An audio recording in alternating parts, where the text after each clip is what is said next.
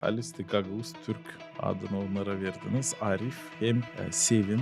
Bir serial baktık ne güzel ya koyalım böyle ad. Da. Bir kere baktık ne güzel kızın adı ya koyalım böyle. Ama soyadını insan değiştiremez. O işi o kalır. O bir kök gibi. Belki bizim halkımız daha çok yürekle yaşayır. Ne kadar fikirli. Mali tebinden ker böyle sansı benim yaşamamı yazmış. Bir anda bunları geçirin. Bir anda böyle düşüneyim. Daha çok yaratmalar autobiyografik. Ne aklına getirdiği küçüklüğüne bağlı. Ben Karaçoban'ın şiirlerini aldım, bibliotekada okudum. Bakayım birkaç şiir var parti içi, bilmem kim için, gönderici için. Düşünüyorum neden bu adam bunları yazmış, kime bu lazım? Sonra anladım. Hani bu birkaç şiir parti içi olmaydı. 60. yıllarda başka şiirlerde çıkmayacaklar. Olmalı, ben de öyle yapacağım. Bilmeyeyim, o işi anlatlamayayım, kabıtlama. Sanmıyorum hani ona sımarladılar o şiirleri. O belki candan Teneri'de parti içi yok duygu, yok güzellik. Belli zakaz. ne verirsin onu unut. Ne alırsın kimdense onu unutma.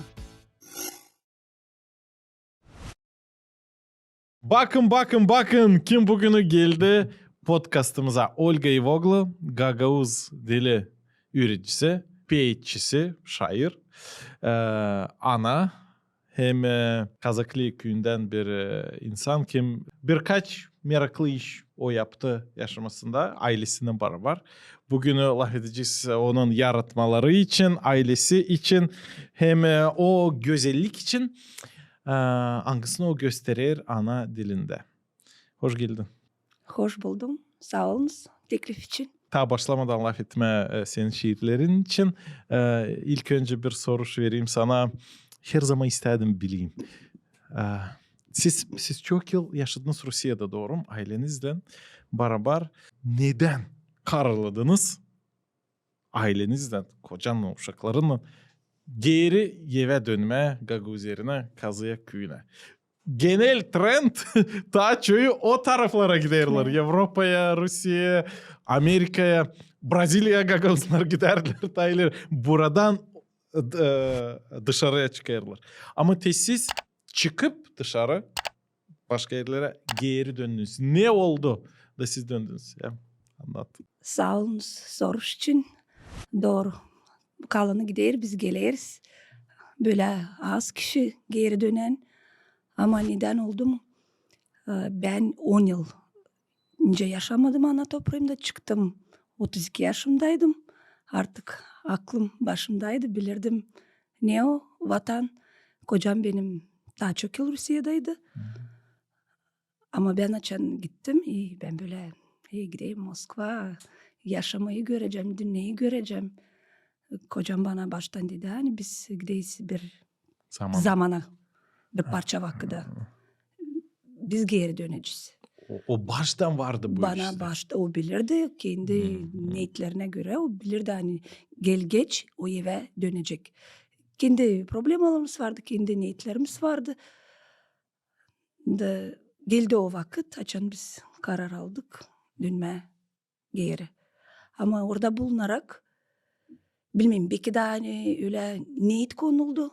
Hani geleceğiz de benim aklım buradaydı. Hem de gene de söyleyeyim hani ben gitmedim 15 yaşımda ya da 10 tutmayayım aklımda kendi kimliğini kurmadan gideyim anlamayayım nice. Onun için benim aklım hep evdeydi. Ben bilirdim ama biz geleceğiz. Biz orada alem, biz orada alemin kapılarında yaşadık. Benim evim orada Gagavuzya'daydı. Onun için biz lazımdı dönelim. Hem de böyle Gagavuzluk için yanarak kocam hep derdi. Gideceğiz de Gagavuzya için, Gagavuzluk için bir şey. Neyse faydalı olmak kendi halkına. Da sanayım hani bu Gagavuzya için yanmak, hem Gagavuzya makar Gagavuzya laf etmek. O da bir güzel hizmet. Dili korkma. Da, doğruysunuz. Çıkış yaparak senin laflarında ben göreyim hani niyet koyduğun an ta baştan. Hani ben şimdi giderim ama niyetim de var. Hani ben geri döneceğim. 1 yıl mı, 10 yıldan sonra mı, birkaç yıldan sonra mı ama döneceğim. Bu niyette büyük kuvvet var. Ben kendimi aklıma getireyim. Ben de 5 yıl Rusya'da yaşadım. Üniversitede orada öğrendim. Filolog da baştan buradan giderken benim vardı niyetimden ben giderim öğrenmeye. bilgi oradan alma. Da sonra ben geri döneceğim. Çoğu Gagavuzlar Kimber'dan oraya gitti. Başka studentlarım, arkadaşlarım, dostlarım. Onlarda bu niyet yoktu. İyi bakacağız. Gidip de bakacağız. Orada isterse orada kalacağım. Olmazsa geri döneceğim. Da ta çoğu yaptılar kendilerine. Pasport da orada kalırlar ta çoğu.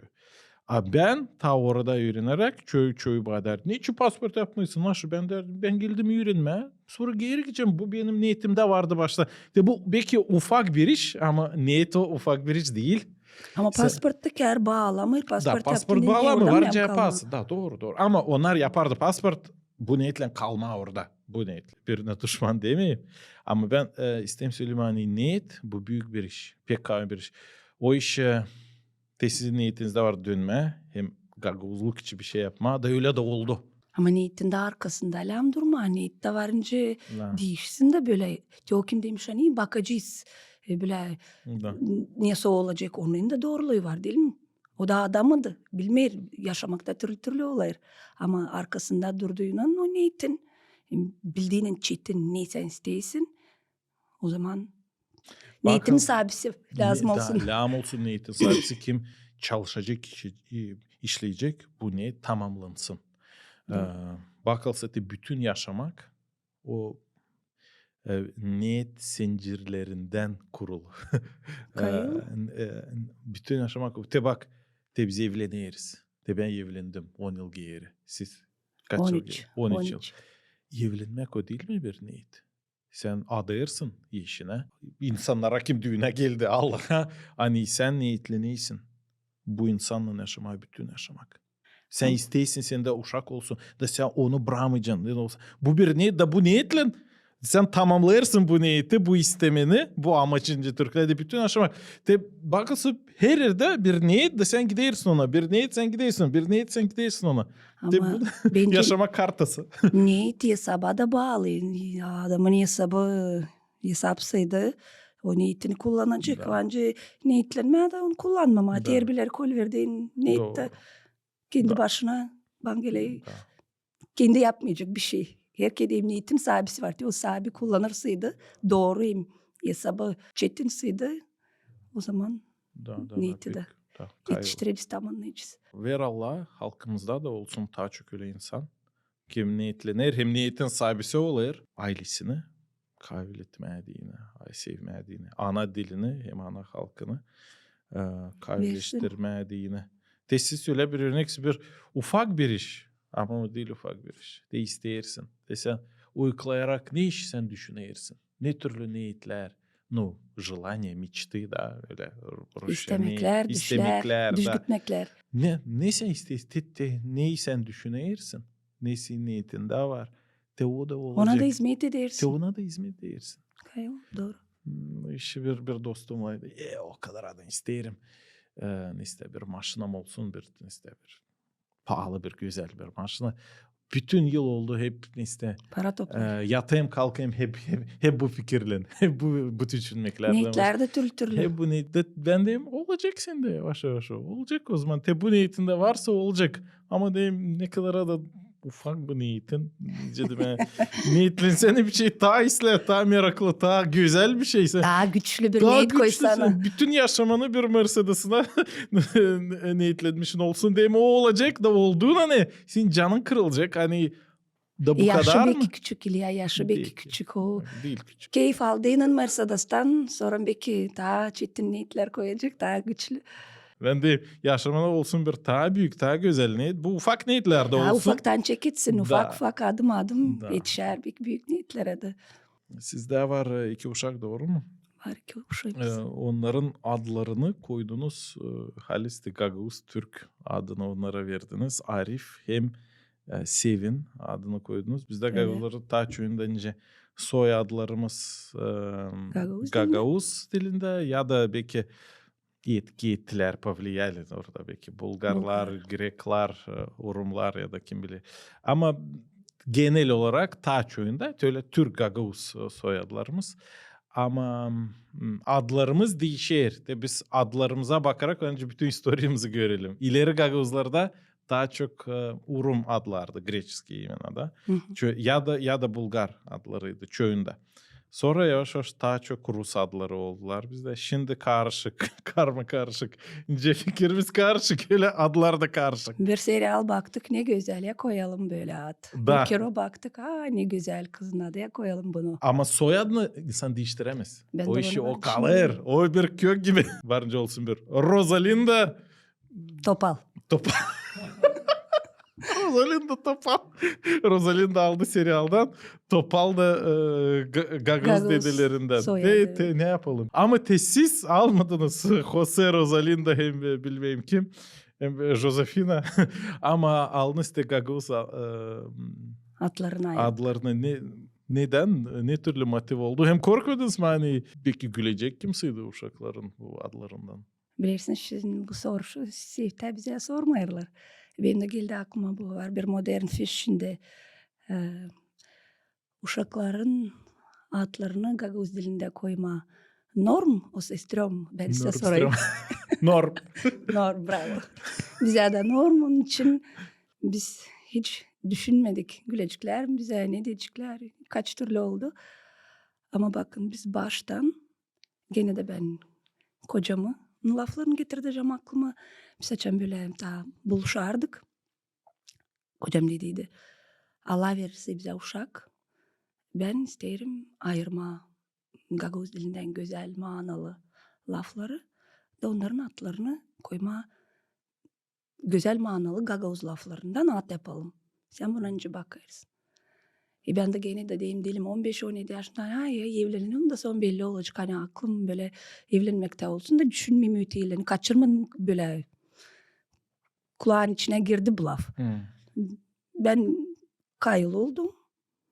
Ben bildim hani söyler olacak sonra anlaşayız. İnce Rusla deyin haberi go. Da doğru.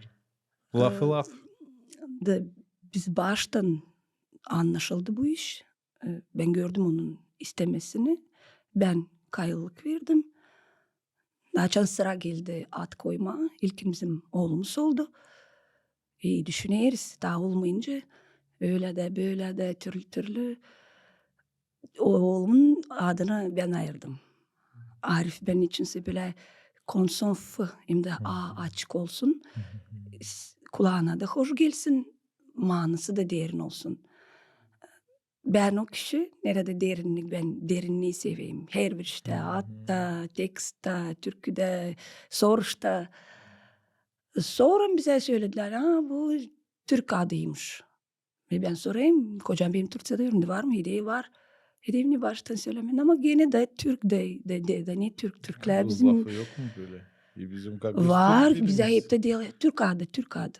Hediyem biz hiç marif lafını kullanmıyoruz. Ya ne harif ya bak bu ne harif ama böyle. Bizim dilimiz Türk dillerinden değil Ama mi bir dil? insan dil sınaşık buna. Anlıyorsunuz mu? Dil sınaşık buna da ipine fasıl geldi bu iş. Rosalinda Jose'ye sınaştı. Sınaştın Gagavuz adlarına da. Kayılım kıza açan sıra geldi. Hem de bakın Arif o bir nişanlık. Dil Roza, dil bilmem ne ince adlık sınaş kız kimliği soruşlarına. Ama Moldovan'da da var öyle. Прилагательное. Da nişanlık. Moldovan'da da var böyle laf hani nişanlık sonra substantivizirovat oluyor da onu sen ince bir substantif gibi adlı gibi kabul edersin. Açan sıra geldi kıza. Kıza istedik bir şey daha yumuşak böyle ince vokallan olsun. Sedef mi? Ben Sedef teklif ettim diyeyim. Ay orada da burada da Fidan Kiril dedi. Ay Fidan da diyeyim. Fidan'ı da beğenmedim. Bilmiyorum. Böyle gülde baktık. Güneşte baktık. Sonra böyle bir günü de sevin koyursak ince dersin. Ay ben gene gramatikayı böyle karıştırayım sevin. İşlik. İzin çalımında. Bir şey dışarı çıkan bir şey. Dil nişanlık da aynı nişanlığa sınaştık. Ama sorun da diyeyim. Bakın harife sınaştık. Sevine de sınaşacağız. Bir 5-6 kere 25 kere söylediğin. Biz söyleyiz. Kabul değil. İşidecikler kabul edecekler. Artık onun adı sınaştı. Hiç onlara da bir şey gelmeyecek. İngilizce'de var bu ad. Joy. O da Sevinmek, işlik. radost. Ben İngiliz dilinde sıfır. Onun için. Da. Sağ olun. Ben bilirim birkaç Gagavuz ailesini kim uşaklarına verdi bu türlü adlar. Belki yavaş yavaş değişik da olacak daha çok böyle aile. Bilirim birkaç uşak adını Deniz, Sevda, sonra Kamil, Demir Oğlan, var. Demir. Benim klasımda vardı kişi Sevgi. Onların babaları Türk. Küçük kız kardeşi de Sevda. Ne kadar akıllı bir Sevgi doktor oldu. Ne kadar akıllı bir kişi Sevgi. Adı da güzel. Kız kardeşi de manaları bir Sevgi Sevda. Ama da uşaklar da adınca söyledi de hiç sınaştılar. Her şeye insan sınaşıyor ama geldi çoyuna pek fasıl geldi bu iş. Kendi atlarımızı lazım kullanalım. İleri Gagozların sultanı vardı atları. Demir de vardı. Benim geldi aklıma Gagavuz literatürasından o artistik yaratma ama Demirço vardı. Niçin kullanmayalım bizim atlarımızı? Niçin biz mayıl olalım kiminse adına? Bizim var kendi halkımız, kendi kültürümüz. Ya ad kullanması da o da kültüre koruması o da bir gagavuzluk değil mi? Onun için Kiril Adem yaptık bir reforma Kiril. Kim ne isterse de sınıştılar hiçbir şey. Uşaklar da şkoladan getirir. Neço edilmiş Dima, neço edilmiş Sasha, biri sorar deyin Angela ne yazmamış onda kız. Diyeyim bak kızım, onların bir kere yılda. Sense sevinersin her gün her saat senin deyin Angela her gün kızım. Ama böyle ona şimdi tabi başlığı anlamadı. Biri demiş senin adın hiçbir şey değil. Твое имя какое-то странное. Ama yok крутое. Dima. Çocuğa Tacık Uşaklar demişler. birbirinden Çocuk görüşüyor. 11 yaşında olacak Tacık demişler. Diyeyim Tacıklar bizim dile yakın. Hiç laf etmiyor çocuğum sesleme. Sesleme anladı her saatle anladı ama onlar şimdi oğlumu söyleyeyim. 11 yaşında onlar şimdi akranların bakışından böyle Akran bakışı önemli önemli geliyor. O gelmedi isteği aklıma. kafaları olsun, Da o şimdi dostu öyle olsun. yaşta hani onlara sesler gelir. Biz de burada işi bırakmayız. Lay dersen bakalım. Dalam böyle ad verdiğin uşağa öğretme korusun bu adı, anlasın onu. Ve başkasının sıra geldiğin laf etme ya da tartışmaya da belki diyaloga girdiğinden o koruyabilsin. Hem de açan at veririz. At baştan uşak küçükken at verirler. Neyse böyle bir pozitif nastroyda değil mi? Neyse Da. isteriz bir olsun. Güzel mi, harif mi, çetin mi, yalpak mı, güneş gibi sıcak mı? Ruslara döneyim gene. Как назовешь корабль? Так он и поплывет. Ama daha çok yıl geri uşağın birden adını hiç koymazmışlar da. Daha sonra Daha uşakta sonra büyürken bir belli belirtisi varsaydı bir belki ince diyeyim. Bir talantı belli Olursaydı bir belirtisi daha belki o zaman geriden çağırıyor uşağı mavi gözlü kula ya gel o обращение к ребенку değil mi? Da oradan da belli olan hani birden daha adı koyulmuyor. Şimdi daha sonra uşak doğduğundan öyle bir olduğunca bir adet uşak doğduğundan adını koyarlar. Geçelim Gagavuz şiirlerine. Poezya mı? Da poeziye geçelim. Ben de beğenirim hep literatürayı. Literatura yürüyücüsüyüm de. Ama Gagavuz literatürasını da beğenirim. Ama hesap aldım hani bizim literatürümüzde şiirler daha çok yazılır. Hem daha çok var şiir ne kadar proza. Neden böyle oluyor? Senin bakışın ne? Sizler öyle düşündüğün ben kendi fikrimi elbette söylerim. Poezya o böyle rifmalama uydurma bence daha zorca bir şey. Sırayla kullanma hani uzun kısa olmasın, aritmiye olmasın, rifmasını uydurasın. Rifmayı uydurduğun şiirin derinliğini kaybetmezsin. Burada daha çok nüans, Rusça söyleyeceğim, var. Prozada yazıcı daha serbest. Niçin daha çok poezya? Belki proza böyle abime baktığında daha büyük olur. Daha büyük janr doğru. Da çok vakit belki alır. Böyle bir şey bir ihlam bir şey de olduysa sen onu kısa 3-4 derecikte yerleştirdin. Fikrini açıkladın, yüreğini açtın, yerleşti. Bu da proza bana kalsa hem vakti alır hem sen uzun olduğunda o yaratma sen o fikri sürede lazım kullanasın uzun sürede kaybetmezsin. Belki daha zor bir şey değil bu taraftan. Ama bir bir belli plus bana değil yani orada sen daha serbestsin. Düşünmeysin. Sırayı kullanma, ritmi arama, Daha çok B, sen. B formasını ritmi Hı hı. kaybetmeme. Ama bana değil poezi daha melodikalı belki. Onun için ben poezi daha sevdim. Proza ben denemedim. Böyle var nasıl çevireyim Rusçadan ya da Moldovancadan Gagavuz diline. Ama kendim Açangül Jurnal Agensi'de şiir çok var. Proza deneyim. Bana proza lazım. Ben proza daha denemedim. Bende vakit de pek yok. Proza da varken o da küçük proza. Anlatmalar. Kısa anlatmalar var. Kısa Cevap anlatmalar. uşaklara dendi. Belki böyle küçük janralar bizde ta çok var. Zeri genç literatürümüzde. Genç doğru uşak Bir literatürası. Daha taraftan. da genç. Hı hı. Daha da Bir taraftan belki yufka. daha genç. Belki zeri yazıcılar da anlarlar hani okuyucular da ta hazır değil uzun janrayı okuma. Ne kadar daha kısa o kadar daha Daha çok insan enseyecek okuyor, vakıda göre de. enseyebilecek. Zeri bu dil pek iyi ama öyle var. Hani halkımız dil sınışık okuma Gagavuz dilinde.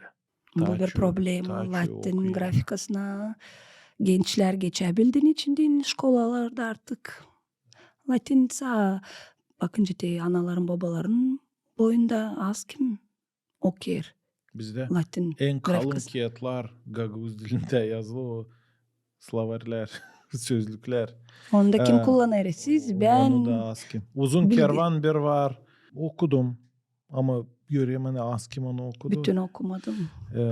Zorca okunur hem de karışık janralarda orada. O da bir roman ona denilir ama halizden roman da değil bakalsa. O da bir ayrı tema ve isteyeyim bir No, bir исторический tombarlak öyle mi değil mi? bir tombarlak masa yapalım onu laf edelim. İlk denemekler büyük janrada yazma, büyük prozada yazma Tanasoglu yaptı. Ama ta çok uzun yolumuz var. Genişletme, bu yolu ilerletme Gagavuz literatürasında. Bir adam o laf ederdim, bir aydınlatıcı, aydın insanlarından Gagavuzya'da, inteligent söyledi. Ben herkesin de isteyim tanıyayım neden literatürümüz öyle büyük janralar yok. O derzleri nice yaşamımız fukare. Literatürümüzde hep öyle küçük janralar. Bilmiyorum. Yanlış mı o doğru mu?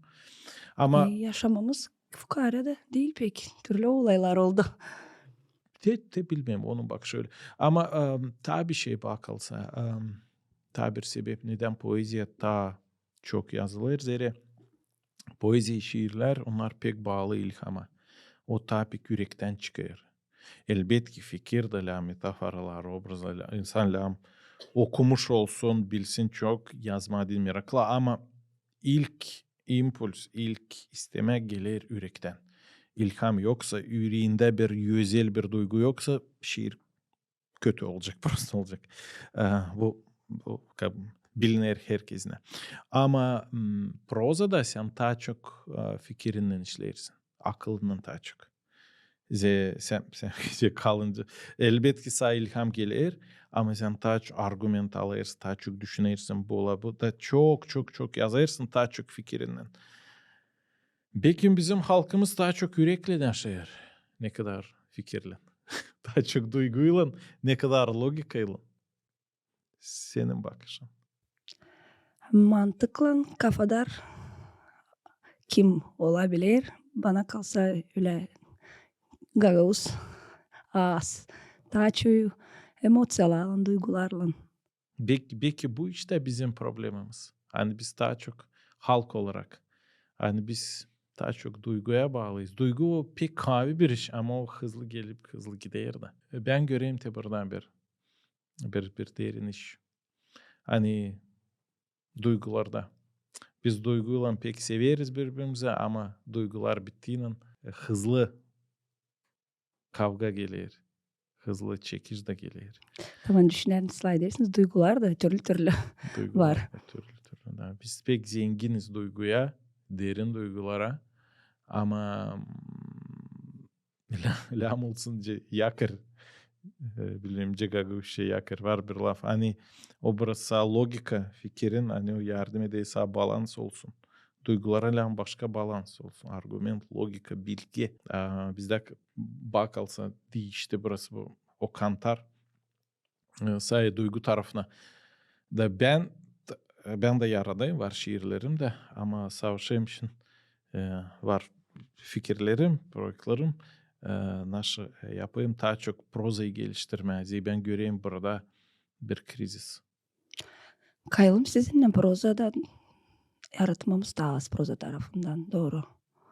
Pensiyada proza yazacağız.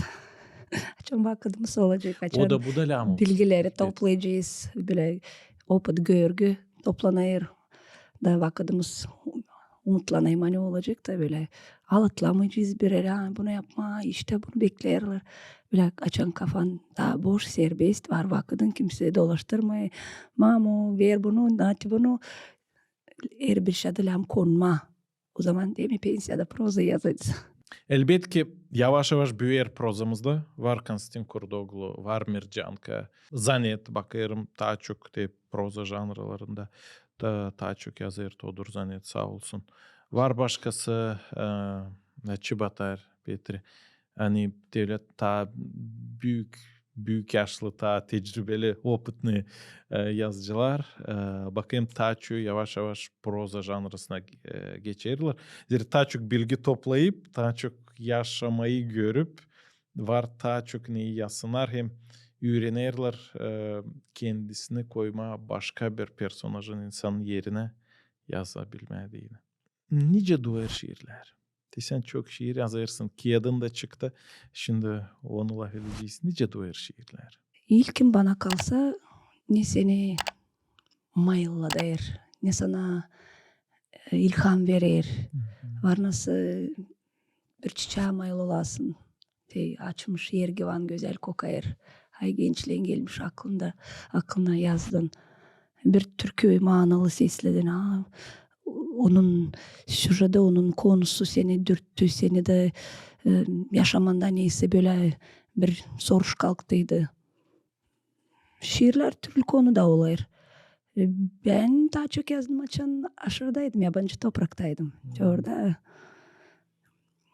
duyuldu darsıklık duyguları. Kocam işte uşaklar yaslı şkola. Ne yapma lazım. Dökme, çölme. Da. Çölmek taşı onu lazım yerleştirme. Da ne sevindirir, ne dürter var soruşlara ne ararsın cevap onlara. Ben var bunu bir sıra söylemedim. Ben açım beni nesiydi. Dürter, hangi soruş beni böyle düşünmeye vardırır. Ben onu yerleştireyim yaprağa. Ben böyle sanayım, ben onu yazdığını yerleştirdiğini böyle kosmosa uçacak. Bana tezde cevap gelecek. Ben uslanacak o ne beni orada dürter. Autoterapi. Самотerapiya. Öyle doğru. Literatura da. Hem günlük ya da gündemci değil yazarak, şiir yazarak, proza yazarak insan yazıcı o açar içini hem açarak içini o ilaçlar kendi için. İlaçlar doğru. Kendi iç yaralarını İlinlenir, doğar ilinlenir. duygular, Da. anxiyeteler de onlar Da. çıkar gibi Var senden. gidersin psihologa para ödersin o seslesin seni de 2 nasihat versin bitki de varınca alıp defterini başlasın Kendi kendine yazma. ilaçlarsın. Lev Tolstoy bütün yaşaması daha 13 yaşından başladığıyla daha bitki günlerine kadar kendi günlüğünü yazardı gündeminde. Sodnevnik. Ta derinden anlayırsa onu güreşerdi kendisinden. Denerdi kendisini değiştirmeye hem başka işler. Bu halizden ilaçlar. Zere ta çoğu yazıcılar, poetlar neden başlarlar yazmaya? Dil zere hepsi isle. Onlar tok her şeyi. O insanlar ben anlarım bunu kendim de öyleyim. O insanlar kimin var bir can yarası. Bir sıkıntısı, bir şey yanlış gidiyor da onlar görürler bunu. Da o acıdan o düşünmeklerden, o rahatsızlıktan Yoksa da kiminle paylaşma da yoksa o kiminle paylaşma da fikrini yani uyar fikirleri da fikirdaşı yoksa da o da lazım defterinden defter lavetsine da bırakın. doğru. Da bu de o işe hepsi de şkolda geçeriz yazıcılar, poetler, biyografiyaları. Hepsinde yaşamaları zormuş. Biri yüzsüz büyümüş, birinde başka zorluklar, birinde hepsi ben literatüra öğrencisiyim. Niçin? Önemli biz bilelim değil sadece yaratmayı, değil sadece adamın kağıdını ama adamı da ya da karı onların yaşamasını. Zira biyografi yardım eder anlama onun kağıdını dahi. İlse de biyografi onun yaratmaları da açıyor onu böyle açıyor. Lirika o kendi içini gösterir. Daha çok yaratmalar ona autobiyografiski. Ne aklına getirdiği küçüklüğüne bağlı. Yapar ona bir ki var öyle de hani kimse anlatmış. Da. O kendi dici historiasını bir olayını. Da o oradan yerleştirmiş, güzel donatmış da yapmış bir şiir. Ama daha çoğu yaratmalar ben öyle düşüneyim hani başkasında da öyle. Ben de öyle. Daha çoğu kendimi, kendi duygularımı, kendi düşünmeklerimi, kendi korkularımı, kendi sevinmeklerimi. Autobiyografiski daha çoğu. Da. Hem ondan daha derin, daha haliz oluyorlar. Varınca yazmancı değil zakaznoy poeziya. Mayakovski bir taraftan kendi duygularını kahve olarak yazardı. Öbür taraftan da Lamıldığım Partiya şiirlerinde yazardı. Bir cenk olmuş, bir haber çıkmış. Oh hay şiir yazıyor buna. Demek öyle de böyle de işte ama en kahve, en güzel, en derin şiirleri anılar kalıcılar izlerce. Anılar Onlar yaşandı yaşandı hem insanlar. onlar sevgi için. Onlar değil parti için, değil Lenin için, değil de onlar da var. Ama onlar ta ucuz değil öyle derin. Zere belli hani yazmış zere öyle çevremdeymiş lazımmış öyle zamanmış dedime. Öyle Böyle istemişler, öyle öyle sımarlamışlar. istemişler zere başka türlü kağıt çıkmacıydı. Başka türlü sevgi içi de okuyamcıydılar. Ben Karaçoban'ın şiirlerini aldım bibliotekada okudum. Bakayım birkaç şiir var parti içi bilmem kim içi gönderici içi. Düşünerdim neden bu adam bunları yazmış kime bu lazım? Sonra anladım. Hani bu birkaç şiir parti içi olmaydı. 60. yıllarda başka şiirlerde çıkmacıydılar. Olmalı ben de öyle yapacağım. Bilmeyeyim. O işi anlatlamayayım kabıtlama onları. Sanmıyorum hani ona sımarladılar o şiirleri. O belki candan Bana duygularını kalsa bu. değil. Dil pek kaliteli şey. Nerede parti içi yok duygu yok güzellik. Belli zakaz. Anlayasınız bu belli. Sen alıyorsun okuyasın da sen anlayasın. Adamın yanında pistoletle duradılar o yazsın mı? O sayıda o ağlayarak canından halizden sevgisini yazmış ya da bu belli. Bunu burada dillen büyük sledovatel olmaz. Sen açaysın da göreysin. Sevgi konusunun publikası da geniş da büyük ne kadar politika publikası ya da parti publikası. Bu da ayrı bir tema. Ben de hep beğeneyim araştırma bu temi yani. Nerede candan gelir hem nerede yazarlar zeri lazım böyle yazma. Ama Şükür Allah'a biz bol serbest zamanlar yazarız. Biri bize zakaz vermiyor. Lam kağıdın çıksın diye lam olsun orada 3-4 anlatma büyük dadı için. De onun pametnikleri büyüğünde ta duraya. doğru. Dediniz zakaz sımarlanmış konular var. Şimdi isterler tedicisi yortuya hazırlanırlar ya da bir türkü isterler da konuyu söylerler. O konu bana yakınsıydı. O konuyu ben yaşadıysaydım. Ben varınca pek yerleşeyim o kalıba da fikirlerimi açıklayayım bu konuda. Bana o konu yakınsıydı. Doğru. Benim kocam ne zaman bana dediydi. Poet o zaman poet açan değilse de Teni kendi istermiş onu yazarmış. O profesyonelmiş o zaman. Açan o ne konuyu da teklif etmeseler o onu yazabilirmiş. Bu da var. Niçin dedim ki merket öyle çağırırlar. Konkurs yapacakmışlar. Şimdi hemen 2000'in içinde 4-5 laf verecekler. Böyle bir dörtlük ya da 8 sıradan şiir senin profesyonalizmin. Sen o konuyu ya da vermeyecek bilmem ne. Yani sen insansın. Sen o konuyu hep yaşadın. O zaman senin profesyonalizmin belli olacak sen. Da. Duracaksın mı? Ne ayırır iyi şiirleri kötü şiirlerden? Siz daha ileride dediniz hani şiir de kötü olur. Bilmiyorum ben öyle düşünüyorum da var mı kötü şiir? Sizler var. Kötü şiir var mı? İte bakın. Te benim kızım yazarsa. Te o da dener yazma. Ben de onu öğreteyim yavaş yavaş. Açıklasın Yaşı? kendi. 9 yaşında şu an olacak. Da te yazdı. Yeni bir gün geldi. Güneş ışılayır. Ben sevineyim. Açık kendi fikirlerini yazdı. Ama bu ben yokunca söyleyeyim. Ben nice poeziyi biraz bilirim. Literatura yürüyücüsüyüm. Ben onu methedeyim. İlk adımlara denizle. Ama bu şiir yokunca tiparlama. Bu şiir halizden derin isle. Yeni metaforalar orada yok. Derin şeyler yok. Anlayız? Bu banal ne iş. Da buna açık söyleriz. Bu değil isle şiir. Zere var kahve şiirler, var önemli işler. O işe her biri kalem defter aldığının iyi bir iş mi yazabilir bilmiyorum. Siz uşağı örnek getirdiniz. Uşağın yaşına diyeni bu şiir isler. Yazırsa 40 yaşında bir poet böyle Böyle bir şiir. sıra. O kötü şiir. Uşak ne görer, uşak yazdırır, uşak daha öğrenir, uşağın görgüsü yok. Uşak da hiç bilmer ne o metafora, o hiç bilmer ne şiir yazılır. Onun algoritmasını bilmer, uşak da bilmer lam olsun. Başlantısı, süjet de lazım olsun, kulminasyası lazım. Şiirde nice bir türkü de, nice bir resim de, nice bir yaratma da, nice bir bilmem ne ta ince zanaat yaratması getireyim. O bir yaratma. Onun lazım olsun algoritması. Orada lazım açıklansın bir süret. Başlantısı söyledim. Uşak onları bilmedi. Değil mi? Uşağı değil o hisler. Demek lan Ama büyüsün büyük öğrensin. yaşta bir insan bunu yazırsaydı bence o şiir поверхностный, Da. infantilny, böyle Da. Rusça söyleyeceğim. Derinliği yok. Yazdırmış. Var razgeler söyle var. İyi naşa yapma. Her türlü var. Kimseler söylesin ne iyi ne kötü. Onda, Kimseler mi alsın kendisine o yükü? Kritik olmaya da söylemeye dostum. ondan Te bu şiirin başlayır. pekisle bu dil pek sarp. İnan. Da küsmesin anlasına. O başlarsaydı bu yoldan gitme. Kanıtlandı. Kırmama. Böyle taktlan açıklama, söyleme, kritika. Biz çoğumuz hiç sevmeyiz kritikayı. Ben bunu geçirdim. Ben şiiri açan yazardım. Benim ilk kritikacıydı. Kocan. Kritikacım kocamdı. O beni de orada ben fırlardım, öfkelenirdim, küserdim.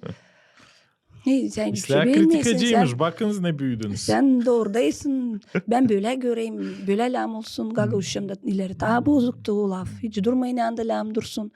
Sorun gelişeysin yavaş yavaş. Neden çekittim söyleme. Kritikayı beğenmeyi. Başlatısında varınca anlama. Ama istersen yardım etme. O koydu seni et. Hem de vergisi varsaydı. Vergi. O onu donatacak. Leksikası da lazım zengin olsun. Bilgisi de lazım olsun. İçinde metaforasız, epitetsiz, yarıştırmaksız.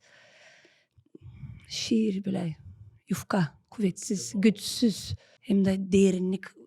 Böyle kolay kolay gider gelir yapmış, kalkmış, bakmış. Ben giderim, sevinerim. Gelirim, Her şey iyi. gördüm. Şiirim de bitti. Olayır öyle şiirlerde var ama Yapış stihi. derinliği lazım olsun. Derinliği hem de güzel deyince biz yeni güzel rubaya giydirsin o şiiri. Becersin lafla onu donaklama o sürette.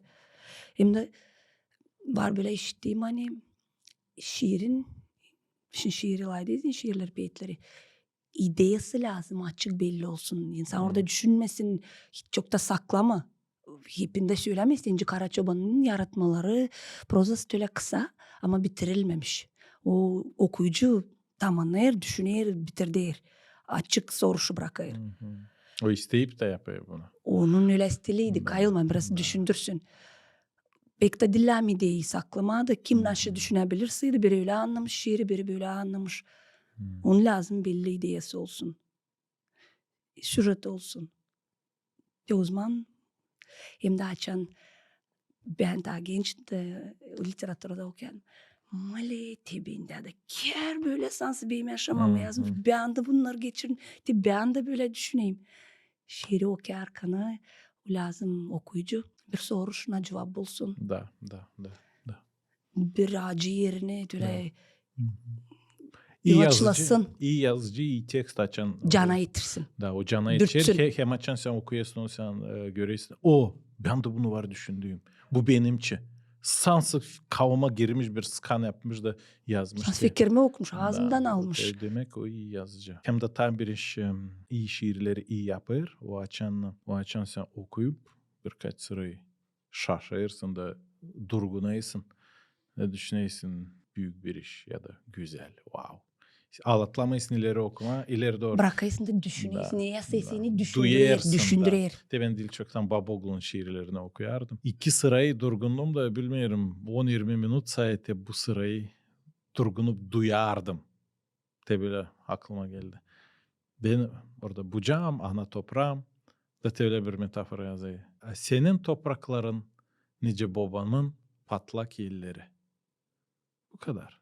2 sıra bak. Senin bucağım, Var mı senin... araştırmak burada Ya var bak mı? Burada senin güç. toprağın nice babanın patlak illerine. Ben sansın beni bilmeyin bir soğuk duşla sansın. Bak ana top babanın da bak aklıma geldi. Geldi babanın elleri o Babanın gösterdi elleri, göründü. Da o kahve bir Bilemez. metafora patlak. Neydi onlar patlak? O hep işler. Dadun patlak illeri geldi aklıma. Zere zor iş ama o patlak yeli o değil güzel bir iş. O belki güzel gelmiyor ama ondan yaşamak gelir. O patlak zere o benim için işler beni doyurmaya değildi. Da o baba da tabiim toprağım da hep öyle. O da hep belki çizik, belki nansı, belki pek güzel değil. Belki kimyası da Şveytsarya belki daha güzel kimyası gelir. Ama o beni büyüttü, o beni doyurdu. Ben de durup düşünerdim bu taraftan, o taraftan. 2 laf. De bir yarıştırma, de bir uydurma da o kadardan kahve. De bakalsa iyi şiirlerde çok var de böyle iş. De onlar çok da sen şaşırırsın. Da o senin ta zengin yapar. Şimdi siz sesli hakkında böyle ben bir yarıştırma geldi aklıma. Becermek, yazma, şiir o bir doğru anlatar. Bence arama kapı açma bir anlatar, koy nikah anlatar. O anlatır sen çevirebilirsin de kapı açılaydı o seni çağırırsaydı. O zaman senin şiirin oldu. O çağırdı seni. O teklif etti seni düşünmeye. Açıldı kapı. Geçelim senin şiirlerine. Oku Geçelim. birkaç şiirini. Söyle net yemeye onlar. Sesleyelim. Şimdi laf ettik. Şimdiye kadar laf ettik şiirler için. Şimdi şiirler laf etsinler. Şiirleri seslendirelim. Şiirlerim türlü konuda var. En sevdiği beyitler. Dediğim açan aşırdaydım o patriotika konusunda. Yok öyle avtarın sevgi içi yazmadı. Hem de adetler, ben de adetler için seni gördüm küçükten. Ne ben gördüm de niye göre ben büyüdüm. Ne kaldı ki babamdan ne gördüm, mamdan görünce yapardınca evde bir ortaya hazırlanırdık. Onlar sevdiği. Hem de önce hepsinde retorika soruşları, yaşamak, filosofiya, Gagavuz dili içi. Biraz cızgan konu bugün pek aktual. Onun için beni acıttı, ne sevindirdi onlar burada. İlkinci gideceğim ben nereye de gitmesem hep okuyarım var benim bir şiirim. Ve ona diyeyim benim vizit kartım. O benim toplumda ilkin durar. Ne mutluyum ben. Ne mutluyum ben. Gagavuz kızıyım. Büyük bir ailenin küçücük payıyım. En tatlı dilin ben bir kısmıyım. Şanlı bayrağımın şılar yıldızıyım. Eski çırtmanın büyülü havasıyım. Kırma kilimin pembe korafıyım. İpek çemberin ince püskülüyüm. Kenarsız bağın olmuş üzümüyüm. Anılmış butcan kokar peliniyim. Gergin oğlanın kıvrak geliniyim. Teti bile bir şiir. Hani anlama hani. Ben de bu dünyanın, bu yaşamın bir küçük belki damlasıyım ama ben bir damla, siz bir damla, o bir damla. Biz bir bütünlüğü toplayırız. herkesin var kendi misyası, herkesin var kendi hizmeti bu yeryüzünde. Onun için herkes kendi işini güzel yaparsaydı o zaman yaşamak da güzel olur. Biz geldik ne iş için? Bize herkesimizden iyisi bir talant verildi, Da, bir vergi. Hani donatma, güzelletme, faydalı yapma bu yaşamayı değil mi? da. Ne toplayacağız? Güzellikleri uşaklarımıza verme. Hani bu yaşamak güzel güzel zenginlesin, ilerlesin. Daha okusanız. Şimdi isterim ana dil için okuma. Ana dilim kahve bir ağaç. Gölgesinde imdat ararım. Meyvasına ben hep bir ağaç. Köklerinden kuvvet alırım. Ana dilim doruk çeşme. Sözler nice pak su akar. Yalpak tatlı bir buluşmak. Susuzluğumu benim dağdır. Ana dilim kuş uçması. Onunla ben serbest olayım. Kaç dilde bilmesem ben büyün, ben Gagavuz dile çıkalayım. Gagavuz dilinde ben serbest laf ederim. Gagavuz dilinde ben düşünerim. Gagavuz dilinde ben açık açık ne düşünerim, söylerim, aramayarım. Ay bu laf nesi olacak? Rusçayı da biliriz ama değil o benim ana dilim. Ben varınca neyse şaşırayım da. Gülecek tabii kimse ama neden ben utanayım? O benim ana dilim değil. Aksanım da belki var o ki arkana. Ama benim var demek ki başka dilim. Onun için de benim aksanım Rus dilinde var. Ben başka bir dilin sahibisiyim. Benim kendi ana dilim var. Sağ ol. Daha bir şey okusana. İsteyim bir şiir okuma. Sevmem olsa sevilmem. Hı hı. Ben de açan şkolada öğreterdim. Bitki yıllarda ben de lise klaslarıydı. De vardı bu konular. Biz pek beğenerdik. Ben beğenerdim. Uşaklara böyle bir aforizma konuya göre yazma haftada da fikirlerini sesleme. Sevmem olsa sevilmem. Sevmem olsa sevilmem. Ne koyayım ben kantara? Alma mı? Olsaydı vermem mi? Ne taisla bu dünyada? Ne soy kurma o kantarı? Da bir türlü göstersin. Yerleştirmeye duyguları. Da sonuçlar sevindirsin. Gelen geçen verir nasihat. Ta iyi sevil, düşünme çok. Benim canımsa hiç değil rahat. Sevmersin ben, sevgi de yok. Vermersin ben, neyi alsın? Yanda kısa hani bekler. Koy yüreğin senin açsın. O zenginler açan sever. Denkleştirme duyguları boşa ezmedi bana kalsa. Arama hiç cevapları. Sen sev. Ömür kayıt kısa. Wow. Ne kadar adam kahve hem güzel sevgi teması. Hem sen bu sevgiyi gösterdin değil sadece karı koca arasında. Sevgiyi ama daha geniş onu aldın. Burada egoizm konusu da Da, varsayıvı da ondan ya da, ben onun için dost olacağım ben da. seveceğim. Dostluk sevgisi var.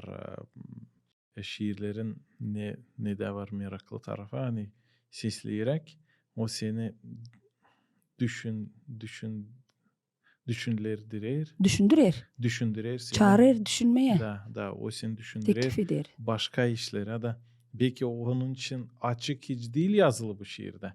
Ama o basır senin de o knopkalarına fikirde. Da koşar Da, tabii nerede problem var, da, nerede soruş var. da ben başladım düşünme sevgi için. De ki zeri dil çoktan Evangeliye Yohanna'dan okuyardım Biblia'dan. Da başladım düşünme İsus Hristos'un sevgisi için. Hani o kadar adam sevdi hani geldi de öldü bizim için. Kruçada da dirildi 3. gün bizi affetmediğini. Da o kendi sevgisinden o kadar sevdi hani öldü bizim için. Da bağışlayır bize kurtulmak. Da şimdi bu sevgi bize de bir örnek onun sevgisi bize de halis sevgi o dil açan alırsın ama açan verirsin. Ta mutlu onlar kim verir değil onlar kim alır. Bunu da hep sahabe Yusuf söyledi de ben bunları başladım düşünmeye. Ama şiirinde bir de laf yoktu Allah için inanç.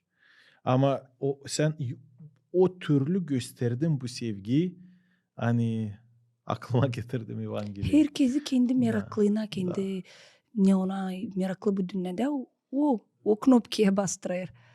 De dediniz verme alma. Hani daysla verme ne kadar alma. Gene uşaklarla, daha çok uşaklarla işledim, büyüklerle. Ben ondan var sordum. Naşta pek beğenirsiniz, bağışış vermem, o sayıda almam.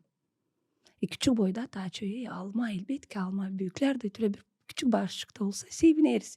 Vardı her şey ama alma tölesans daha hoş gele Beğeniyiz çoyumuza. baş. Hepsiniz baş beğeniyiz.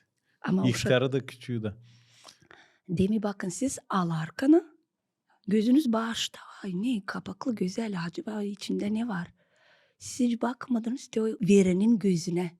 Ne o duyar te o kıpımda. Döneyiz geri şimdi. Şimdi koyar situasyon açın sizi bağışı verirsin. Sen nereye bakıyorsun? Bağışam. İnsan. Sen bakıyorsun nasıl o onu kabul edecek. Ya güzel. O sevindiğini sen de sevinirsin. 2 kişi sevindiresin. Alarken sen sadece kendini. Sadece bir kişi sevinirsin. Hiç bakmadığında ona sevinir mi? O da öyle vererken sevinir. Bakın verme 2. Alırsın bir duygusu, bir sevinmelik. Da, biz dil çoktan işittim bir dostum söyledi. Hani biz Moldova'da hepsi Moldova'da yaşayan halklar Gaguzlar, Bulgarlar, Moldovalılar başkası. Bilmiyorum neden. Fukara yaşamaktan mı? Bilmiyorum neden. Kurduk bir sıkı olmasını kulturasını. Sıkı olmak kulturasını. Tamahlık.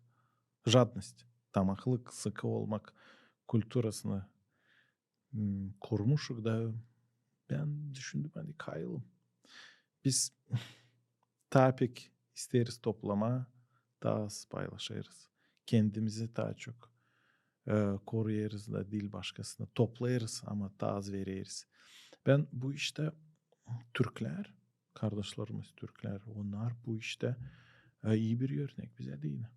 Ben de Türkiye'ye kaç yıl gittim. Burada da Türklerden pek beğeneyim laf etme. Çoğunda var bu iyi kalite, karakterlerini, kulturalarını, bu halis Türk kulturasında vermeye. Yarıla adet sadakasını adet- uşağın vermez. Da, Sadaka neyse da, verme. Da, student mi? Ben burada bir de ben de student üniversitede kanikula gelerdim eve. Gaguzlar isle anam babam yardım ederdi sadece. İsle öğren hadi ilkte. Neyse. Dostlar, misafirler, sensiller da sadece Türkler, studentsın dur. Gidey kesesinden çıkarır $100 sen studentsın al sana lam olacak. Bu akaz tradisiya varmış Türklerde. Biri öğrenerseydi elinde ne var yardım et ona. Anlıyorsun? Ben şaştıydım o zaman. Hem de siz bakınca onlar analarını babalarını bakırlar.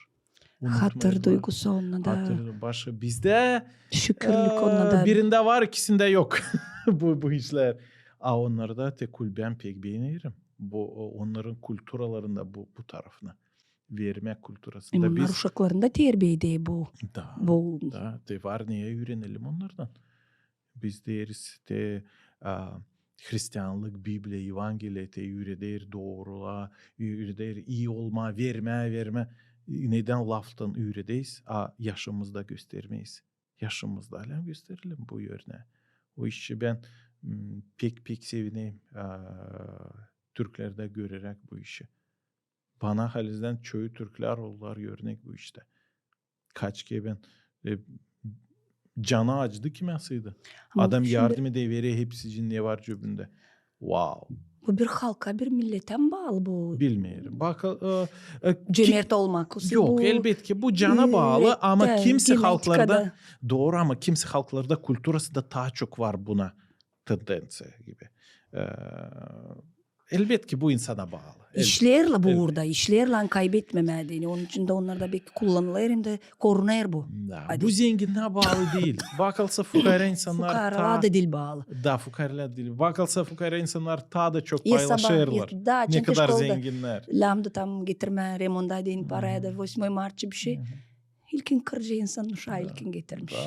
Kimin ta Moskva'da babası ta getirmemiş. Ta getirecek ne Hı zaman hı. saydı. Kimin ağız neyi var o daha çok verir. Bunu Şimdi bunu da hesaplamam. tokatlar balaban Da. görünmesin. Bu da ayrı bir meraklı temalı ama açıklayalım onu. Ben sadece değdim ona birazcık. Ta bir şiir okusan ya da Şimdi tamam kendim soracağım başaracağız. açan dediniz. Ama sıkılı kulturasını terbiye ettik kendimizde. Hem de tek attınız. Bibliya Allah'ı andınız. Ben de böyle Allah'la bağlı ayrı şiir yok. Ama bana kalsa benim şiirlerimde Duygular bu. belli Hı hı. не söyleyeyim, şey söyleyeceğim, отношения как бы с высшими силами, с Богом. Ben şimdi okuyacağım size bir masallı şiir. Ama o masalı bana mamın yazması açan yeri gelerdi, söylerdi. Böyle 2-3 cümleyle söylerdi. Ve o benim aklımda kaldı. Ben onu istedim biraz açıklama, ilerletme, bir süjet kurma o masalca, daha genişlettirme, giydirme güzel rubalara. Onun adı Bataklı Kolaç. O dil benim fikrim. Süjetin O dil bilsin benim ama sen süjetim. şiire onu Daha giydirdin. detaylı ben onu yaptım. Kendicesine gördün Kendicem, onu. Baktın kendi bakışım doğru. Hı hı. Bataklı Kolaç. Uzak filan köyceğizde bir zengin yaşarmış. Bir şeye vakıdı yokmuş. Hep varlık toplarmış. Ambarlarını doldurmuş. Küplerde altın. Tokada kilit koymuş. Yaklaşma sakın. Kaşları hep birerde. Bakışı dürük. Mırıldır hep söylenir. Cancağızı çürük. İslaymış. Güzel giyinmiş. Te geçmiş yıllar. Ansızdan ölüm gelmiş. Yaş dolu gözler. Aklısından geçirmiş. Aydın günleri. Sade bir görememiş. İyiliklerini. Öbür dünyaya artık adam geçinmiş. Hısımını, kardeşini görüp sevinmiş. Onların önü dolu. İyilikler belli. Bu zengin zavallı, rubası kirli. Utanmış, çok gücenmiş. Prostmuş bir kere. Allah'ım ver kolaylık, döneyim geri. Kuracağım bir yaşamak doğrudan doğru. İstemeyelim diveçlikte, ben çekmez zoru. Gene aydın dünyada yaşamaya başlayır. Bir iki iyilik yapmış, sonra şaşırır. Unutmuş ne adamış, yaşamak tatlı, sıkı tabiatı hiç tutmayacaksın saklı. Ses etmiş ona Allah, yola toplansın. Bir günü sade kalsın, lazım çalışsın. Bir taliga doldurmuş, kolaç hem ekmek, gözden varlığı geçirmiş, bunlar yetecek. Te gider, yağmur yağar, sokaklar batak, dado dur, keskin bağırır, yalnayak çocuk. Ver bana da bir kolaç, acıktım ben pek. Te biri düştü yere, sana yetecek. Tokatlar tez kapandı, karşılar Allah. Zengin sanır kazandı, sevinir varlığa. Pek bir dar yoldan geçer, yorgun hem de aç. Sofrada onu bekler, bataklı kolaç. De böyle. Ne ektik onu biçeceğiz. Pek doğru, pek doğru. Mamdan töle işidedim. Bir basmacıkta, lokantırda varıncıyım şeyin sesin. Senin 100 rublen yok. Her türlü töle pildacıkla kısa kısa söyledi. Varmış bir kapikacısıydı. De onu koymuş ama onun geçmiş. De o yoktan bölmüş. Bu anlatma Evangeliyadan da. Hani Öyle.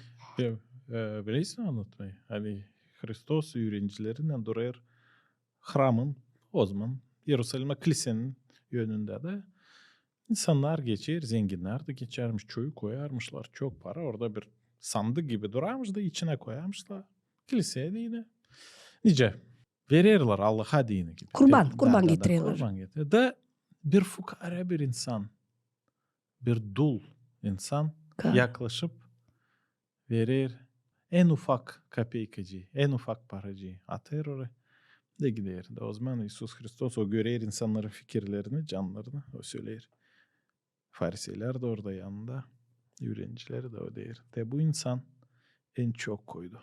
Zere übürler koyarlar kendi zenginliğinin bir parçacığını. Büyük zenginlikleri var. Onlar bir parçasını alıp koyarlar. Ama bu insan bitki parasını koydu. O işi o en çok koydu. Demek sahibi Allah bakmıyor kaç para biz koy ya da kaç neyle biz yardım ediyor. O bakıyor bizim davranışımıza, bizim yüreğimize ve o doğru her şeyi kanıtlar. Elbette var insan Onu koyar belki aldayamayacağız. çok hani ne zaman sayıtı o çok da ona geri dönsün. Aha. Kimlerin ya niyeti o kullanır. Yanlış Açan sen niyetle. verirsin hiç düşünmeden dönecek mi o sana geri. Ama ne kadar yaşamakta olayır. Hani sen yaptığın iyilik o seni belki yetişecek 10 yıldan sonra. Da. Ama var daha eve yetişmedin o sana yetişir ardından Ne gelir. zaman diyeceğim daha. Bende öyle açık örnekler pek oldu. Da. Hani Hem kaybetmeysin. Da. Allah sana ne Da. делай. Storica'yı возвращает Rusla. 2 kat verir.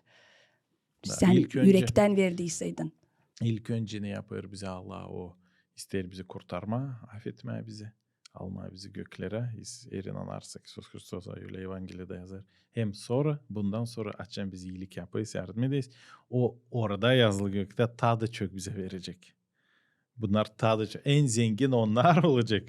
Kim kurtulmuş olarak burada iyilik yapar orada. Biblia'da var bir yer ben onu pek beğenirim. Durgunu düşünüyorum. Yazılı. Sahibi Allah borçlu kalmayacak. Hiçbir zaman borçlu kalmayacak. Demek Unutmayacak bir şey. da sen birine bir şey yardım ettin. O da Allah'ın oğlu. Yarattığı insan. Sana sahibi verecek. Sen yardım ettiydin. Orada hiçbir şey kalmayacak. Cevapsız hem ödemeksiz. O ödeyecek yeri bize çok çok çok. Hem de geldi yeni bir fikir aklıma. Şimdi söyle arkana. Ne verirsin onu unut. Ne alırsın kimdense onu unutma. Daha doğru. O yürekte açın sen unuttun ay vermişsin. Sen ben hani değilsin aklımda öyle zorumda bulunduğun. Bu hiç tutmayayım aklımda hani vermişim insan. Belki veremedi o kısa sürede sana senin paranı mı ununu mu geliriz öyle zorumuz olay alırız. Sen unuttuysan demek ki bütün yürekten verdin değil mi? Ya, vereceğim ama bu da ne zaman verecek? Verir ama içinde söylenir, kantarlar kaç vakitte Da. kişiye göre. Böylesi Bir Tays'la sene verme. demiş. Tays'la hiç verme böyle. Дважды дает тот, кто дает быстро. Düşünmeden, kantarlamadan. Dilçok'tan işittim gagozlarda öyle bir laf varmış. Komşuluk bir iş. Komşuluk demek. Tesinde var iki nacak. Biri isle, bileni güzel kahve isle. Öbürü de öyle hani ne iste çürük. Komşulara vermediğin öyle mi? Da komşu hani düşmeye duraya ne iste bilenik değil kör ne iste de komşu te prosto olanı komşu istediğim şey te onu vereceğim ona hani kaybedersi geri çevirmesi kırası canın acımasın. İşittim değil çok Kongaz'da bu lafı kullanır. Komşuluk bir iş tut diyor da hani düşüneysin sıbıtmam brahma ama iyi tut komşuluk olsun. Benim bu varmış gagozlarda. Bu laf gagozlardan çıkar değil Kitayçılardan. Da benim diyordum ben küçük köyde Kongaz'da büyürdüm. O tam tersi yapardı. Komşular hep bilirsiniz köylerde hep birbirine bir şey isterdiler. En iyi işi verirdi komşulara. En iyi işi verirdi. En iyisini verir. Ben ta o zaman var onun kardeşi gelip ona nasıl yaparsın ne ister gene vermiş en iyisiyle o kaybedecek unutacak çevirmeyecek. Olsun. Benden iyilik olsun. Deyince kendine yaparsın. Verirsin mi, söylersin, düşün kendini koy. Doğru. Onun yerine.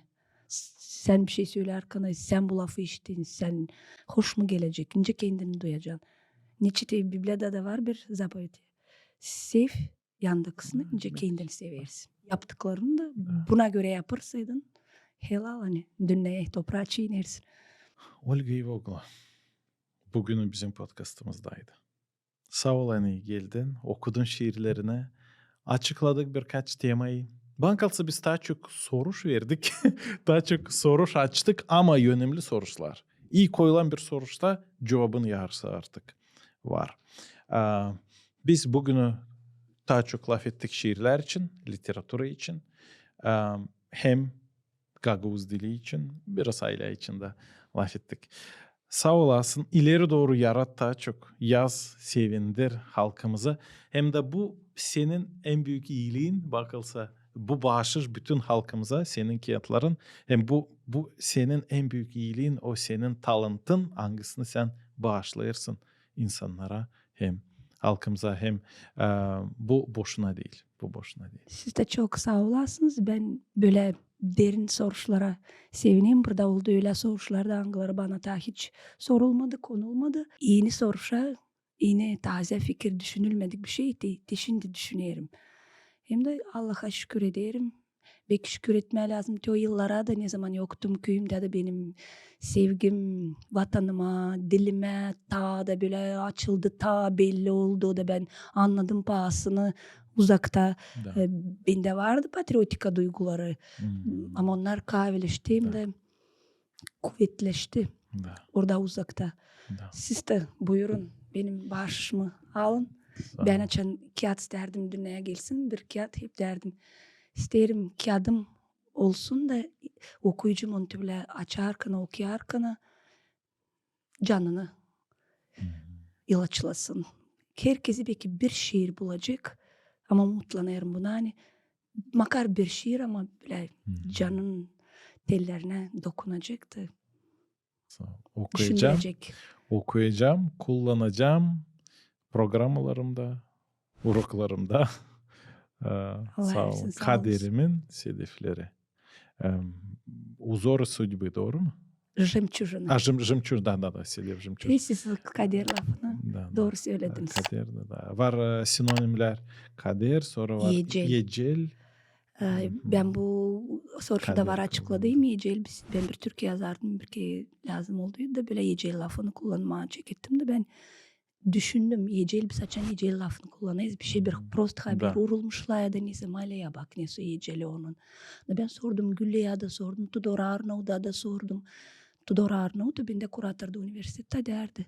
Ola yecel lafını kullanma. Da folklordan sıralar getirdi hani yecel yok bir küsülü bir trajika manasını verir. Da ben böyle aradım. Türkçeden aldım. Burada vokallar da kaderimin daha yumuşak, daha güzel. Daha çok dil çok Tam daha pozitif konotasyası burada. prezentasyada Alona ile interview benden aldık. Hep bunu söyleyeyim. Diye hiç Türk lafı ben babamdan bu lafı var işittiğim. Benim babamdan. Babam diye Türkçe'ye gitmedi. Kimsenin de diye Türkçe'den konuşmadı. Dem ne kadar yüreğim doğru duymuş hani de bu lafı ben lazım kullanayım. Görürsen bu laf babalarda varmıştı. Güzel. Eski laf. Güzel. Bir cümleyle kapakladın onları kim der hani Gagavuz dilimiz Türk dili değilmiş. Sağ ol. Sağ olun. Sevindik. Şiirlerini okuyacağız. Sağ ol sen de. Sizin de podcastınız ilerlesin de derin fikirleri böyle su üstüne çıkarsın. De kalan Gagavuzlar da görsün hani Gagavuzlar hem talantlı hem derin fikirli hem de mayıl olmasınlar başka devletlerin vergilerine taş yerinde ağırmış var bizim adamlarda. Bu iyi çoban laboratoriyası kuruldu. Biz utanmayalım kendi kendimizden, kendi dilimizden, kültürümüzden, inanımızdan. Kendi kendimizi daha iyi anlayalım diyene. O işi zor soruştan korkmayız. Niyetiniz çok güzel. O zaman o ilerleyecek. Açan iyi niyetle yola çıkmışsınız. Onun başarısı olacak. Sağlıcakla. Sağ olun siz de.